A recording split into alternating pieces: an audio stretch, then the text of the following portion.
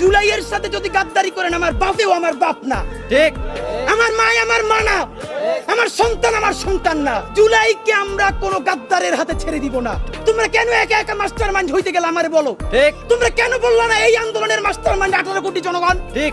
এত ফাংশনাল কথা মনে কইরা হাজার হাজার মানুষ শহীদ হয় নাই। আমাদের সাথে এখনো শত শত শহীদ পরিবারের কথা হয়। তারা বলেছে তাদের সন্তানদেরকে আমাদের সাথে পাঠাবে, এখনো পাঠায়। আহত ভাইদেরকে সামনে নামাইনি এখন পর্যন্ত।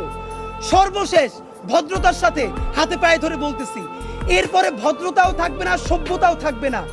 বাথরুম পরিষ্কার করার ঝাড়ু স্যান্ডেল নিয়ে কিন্তু রাস্তায় নামবো। যদি আমাদের জীবনই চলে যায়, শহীদদের পরিবারে যদি আবারও গণহত্যা চালানো হয়, আমার যেই ভাইয়ের একটা চোখ অন্ধ হয়ে গেছে, বাকি চোখটাও যদি অন্ধ হয়ে যায়, ইন্টারিম শুদ্ধ কিন্তু বাংলাদেশে রক্তের বন্যা বয়ে যাবে। বললাম ঠিক। আমাদেরকে বলা হয় আমরা ভায়োলেন্ট কথা কেন বলি?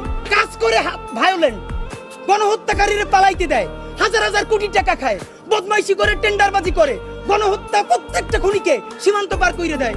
আমাদেরকে বলে কি? এত উশৃঙ্খল কথা বলে কেন? মানে এদেরকে দরকারই হলো কথার আগে জুতো মারা। এইটা মারতে পারিনি, এইটা আমাদের ব্যর্থতা।